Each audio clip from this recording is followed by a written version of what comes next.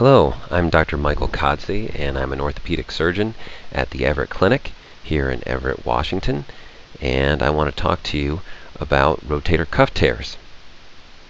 First thing to do when we want to understand rotator cuff tears is to look at the anatomy. Here's a picture of someone's shoulder here, and you can see this here is the clavicle or the collarbone here, and this attaches to the shoulder blade, and around the shoulder blade are all these muscles that connect to tendons that go to the ball of your shoulder, and this is what helps power your arm and move it in space. Here's a picture looking at the front. Your collarbone is typically right here, and just to give you a little orientation, and again here are the tendons, and it's called a cuff of tendons because it's kind of a cuff that goes around the entire ball, and they're not separated by any means. If you looked at it, it's all one tendon almost that goes all the way around. And each of these tendons is attached to a separate muscle that goes around the shoulder blade. And there are 4 muscles, and therefore there are 4 tendons that make up the rotator cuff. Now, if you have an injury to the rotator cuff, people usually start having pain on the side of the arm here, or in the front of the arm. As you can see, depending on how you rotate the arm, these tendons can be in the front, or if you rotate it towards the back, they can move towards the back. And when you elevate your arm out to the side here, if you have a tear that's right here, it will move right up to right here. And if you have a little bone spur here, or when it comes into contact there, it can cause more pain when it's straight out. It can also cause more pain because when your arm is straight out at 90 degrees, that puts the most stress on this part of the tendon right up in the front. And it would be no surprise that this tendon right here on the top, since it sees the most stress, is actually the most commonly torn tendon. Now, there are different types of tears in the rotator cuff.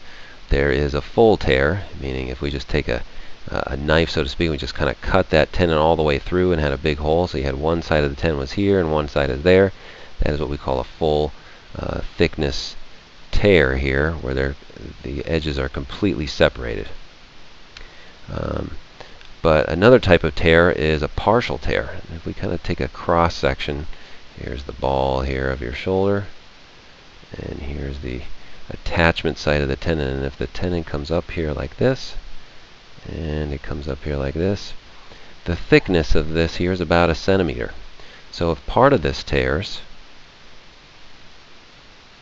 and this here is all torn here, but this part here is still intact.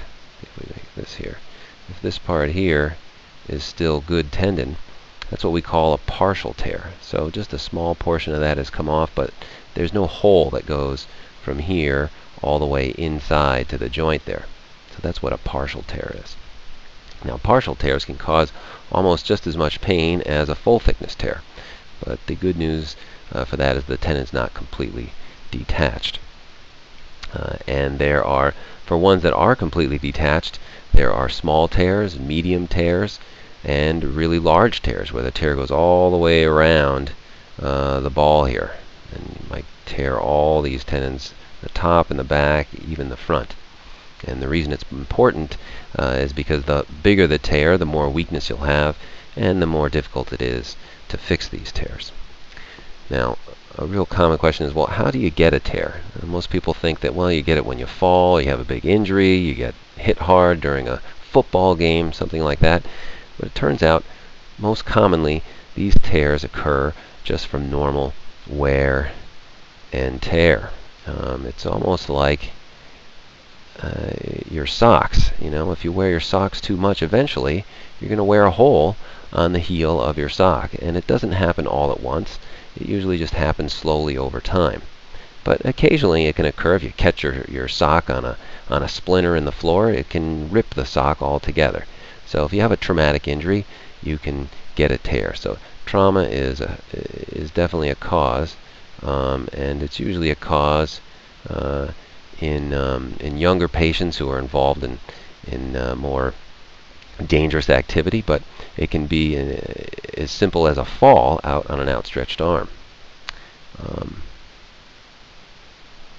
And another source of, or another cause of rotator cuff tears is if you have a trauma and you actually dislocate your shoulder.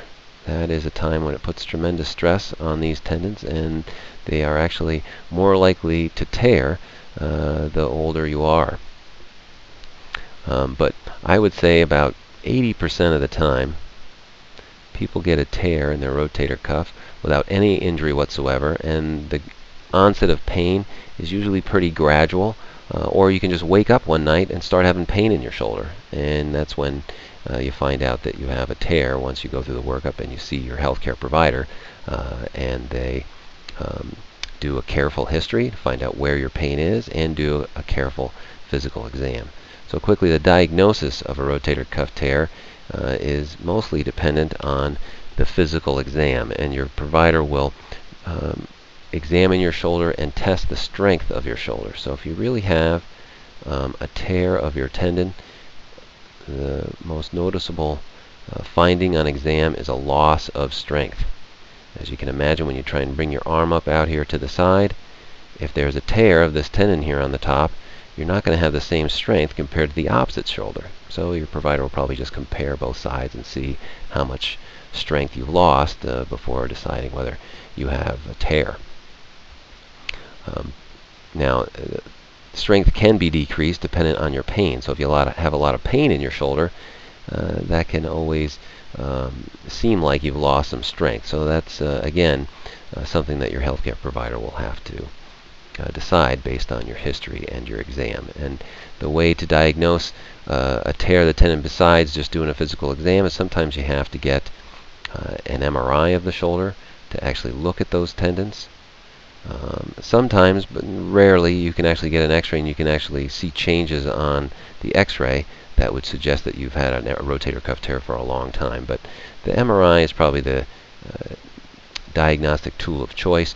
Another thing that is becoming a little more prominent now is ultrasound, because it is relatively cheap and it is quick, and it can give you an immediate view of your rotator cuff tendon right there in the office.